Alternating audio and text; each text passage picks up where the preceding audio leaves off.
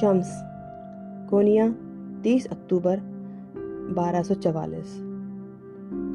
جب رومی سے میری ملاقات ہوئی تھی، ٹھیک اس سے ایک رات قبل میں چینی بنانے والوں کی سرائے میں اپنی بالکنی میں بیٹھا ہوا تھا۔ میں بے حد خوش تھا اور اللہ تعالیٰ کی یاد میں کھویا ہوا تھا، اور ساتھ ہی ساتھ یہ بھی سوچ رہا تھا کہ اس کی تلاش میں مجھے اور محنت کرنی ہوگی۔ عموماً لوگ اس مسئلے پر زیادہ توجہ نہیں دیتے۔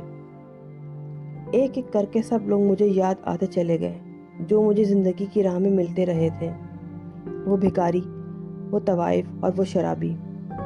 مزید جن افراد سے ملاقات ہوئی وہ تو کسی گنتی ہی میں نہیں تھے، اور جن کا میں نے ذکر کیا یہ وہ لوگ تھے جن کے مقام کا دانشور بھی اندازہ نہیں لگا سکے۔ میں سوچ رہا تھا کہ کیا رومی نے بھی ان کی عظمت کا احساس کیا یا نہیں۔ میں نے دل ہی دل میں فیصلہ کر لیا کہ میں وہ ذریعہ بنوں گا جو ان کو معاشرے میں صحیح مقام دلا سکے گا۔ پورا شہر خواب خرگوش میں ڈوبا ہوا تھا۔ یہ وہ وقت ہوتا ہے جب خوفناک درندے بھی کسی کو تنگ کرنا پسند نہیں کرتے۔ کبھی کبھی میں سوچا کرتا کہ اس پرسکون ماحول کے پس پردہ نہ جانے کتنی اور کیسی کیسی کہانیاں پوشیدہ ہوں گی۔ اس کے علاوہ اگر میں نے اپنے لیے کوئی اور راستہ چنا ہوتا تو کن کن حالات سے واسطہ پڑتا۔ در حقیقت یہ راستہ میں نے نہیں چنا تھا، بلکہ راستے نے میرا انتخاب کیا تھا۔ مجھے ایک کہانی یاد آنے لگی۔ ایک آوارہ درویش اچانک ایسے شہر میں جا نکلا جہاں کے باشندے اجنبیوں پہ بھروسہ نہیں کرتے تھے۔ اس درویش کو دیکھتے ہی انہوں نے شور مچانا شروع کر دیا، تم یہاں کیوں آئے ہو؟ یہاں سے فوراً نکل جاؤ، ہم لوگ تمہیں نہیں جانتے کہ تم کون ہو۔ درویش چپ چاپ برداشت کرتا رہا اور پھر بول اٹھا، تم لوگ مجھے نہیں جانتے ہوگے، لیکن میں اپنے آپ کو پہچانتا ہوں، اور یقین کرو اگر میں تم لوگوں کو بھی نہ پہچانتا ہوتا تو میں کبھی نہ آتا۔ اور جیسا کہ میں نے کہا کہ میں کیا ہوں یہ مجھے معلوم ہے۔ تم بتاؤ تم میں سے کتنے لوگ اپنے آپ کو پہچانتے ہیں اور ایک خدا کو مانتے ہیں؟ چاند نے اپنی پوری روشنی میرے اوپر ڈالی اور میں روشنی میں نہا گیا۔ ایک ہلکی پھلکی بالکل جیسے ریشمی چادر جیسی بارش نے برسنا شروع کر دیا۔ میں نے اللہ تعالیٰ کا شکر ادا کیا، اور اس لمحے اس نے اپنی رحمت کا سایہ ہم پر ڈال دیا، اور میں نے اپنے آپ کو اس کے حوالے کر دیا۔ زندگی کی نزاکت اور سلامت میرے اوپر عیاں ہو گئی، اور پھر مجھے ایک اور قانون یاد آ گیا۔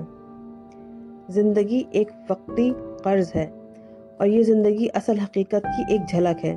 نادان لوگ اسی چند روزہ زندگی کو حقیقت سمجھ لیتے ہیں اور اس کو انتہائی بے دردی سے ضائع کر دیتے ہیں۔ اس زندگی میں ہر طرح کی انتہا سے دور دور رہو۔ اگر ایسا نہیں کیا گیا تو تمہارا اندرونی توازن بگڑ کر رہ جائے گا۔ صوفی حضرات انتہا تک کبھی نہیں جاتے۔ ایک صوفی ہمیشہ ادب کی حدود میں رہتا ہے۔ کل صبح میں رومی کا واعظ سننے کے لیے اس بڑی مسجد میں جاؤں گا۔ جیسا کہ لوگ کہتے ہیں کہ وہ ایک عظیم اور سمجھدار خطیب ہے۔ رومی کی صلاحیت اور اس کی دنیا ایک بہت ہی بڑے باغ جیسی ہے جس میں جڑی بوٹیاں ہیں، بانکے، البیلے، صنوبر اور سرف کے درخت بھی ہیں، اور خوبصورت دلکش پھولوں کی بہار بھی ہے۔ مگر یہ سیاح کی مرضی ہے کہ اسے کیا پسند آتا ہے۔ کچھ لوگ پوری توجہ خاردار اور نوکدار پودوں پر دیتے ہیں، مگر حقیقت یہ ہے کہ علاج معالجے کی دوائیں بھی انہی چیزوں سے بنتی ہیں۔ ہم اسے باغ محبت سے بھی تعبیر کر سکتے ہیں۔ کیا محبت صرف پھولوں، خوشبوؤں اور خوشیوں کا نام ہے؟ محبت میں جب تک کانٹے دخل اندازی نہ کریں اور طرح طرح کی دشواریاں سامنے نہ آئیں، اس محبت میں کیا مزہ؟ محبت میں اچھی اور بری دونوں صورتوں کا مقابلہ کرنا پڑتا ہے، اور تمام حقیقتیں تسلیم کرنی پڑتی ہیں۔ اب صرف ایک رات کا وقفہ تھا کہ میں اپنے دوست سے مل پاؤں گا۔ آج مجھے ساری رات نیند نہیں آئے گی۔ اے رومی، الفاظ کے جادوگر، اے اقلیم سخن کے بادشاہ، کیا تمہارے دل میں میرا خیال ہے؟ کیا تم مجھے پہچان لوگے؟ ٹھیک ہے، کل ملتے ہیں۔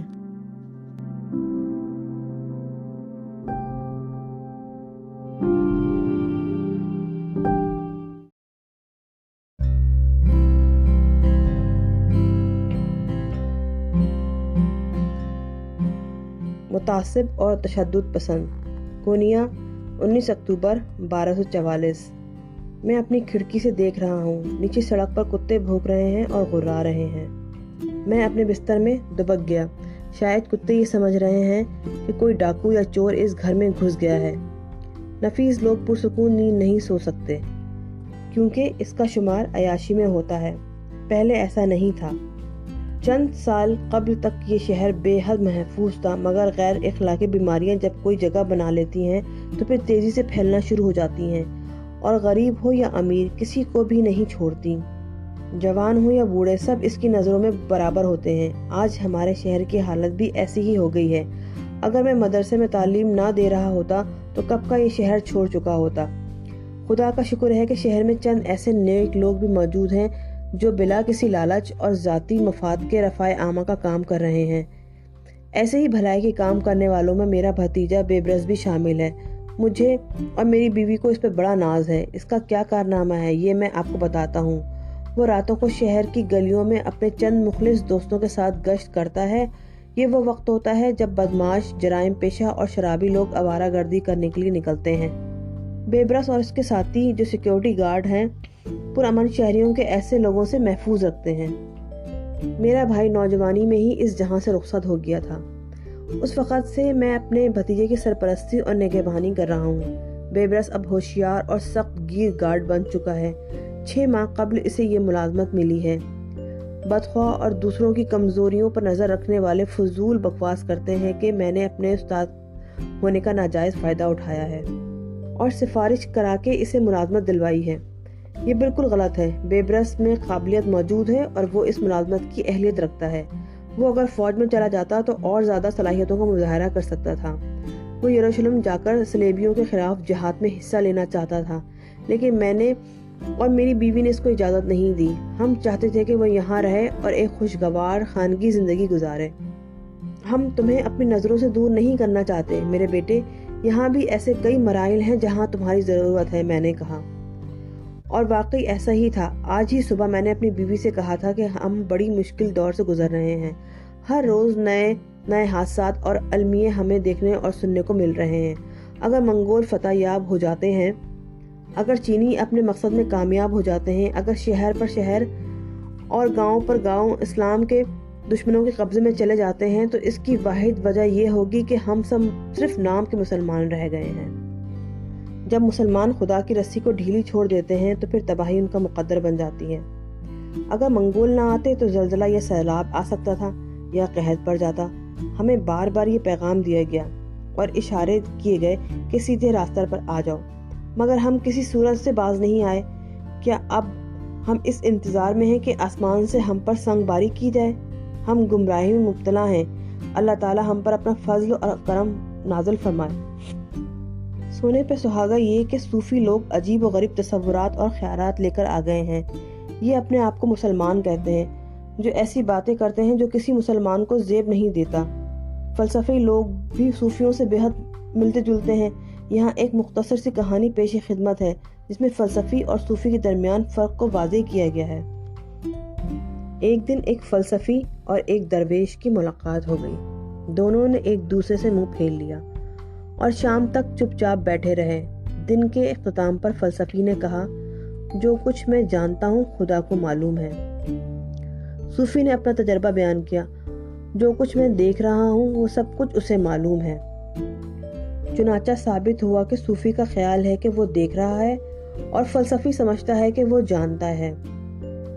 میری رائے ہے کہ وہ کچھ دیکھ رہے ہیں اور نہ کچھ سن رہے ہیں۔ کیا انہیں اتنا بھی نہیں معلوم کہ وہ بھی ہماری طرح عام انسان ہیں اور ہم صرف وہی کچھ جانتے ہیں جتنا کہ جاننا چاہیے؟ ہمارا کام صرف اللہ کو پہچاننا اور اس کی عبادت کرنا ہے، اس کے علاوہ اور کچھ نہیں۔ جب بیبرس گھر واپس آئے گا تو ہم اس مسئلے پر بھی بات کریں گے کہ رات کی ڈیوٹی کر کے جب وہ واپس آتا ہے تو نان کھاتا ہے اور سوپ پیتا ہے، جو میری بیوی اس کے لیے تیار رکھتی ہے۔ درمیان میں ہم مختلف باتیں بھی کرتے رہتے ہیں۔ مجھے یہ دیکھ کر خوشی ہوئی کہ وہ کس قدر ذہین اور ہوشیار ہے۔ ابھی وہ نوجوان ہے، اسے بہت سی باتیں سیکھنے کی ضرورت ہے۔ ایک دن وہ ضرور اس شہر کے لیے باعث فخر ثابت ہوگا اور اپنے باپ اور میرا نام روشن کرے گا۔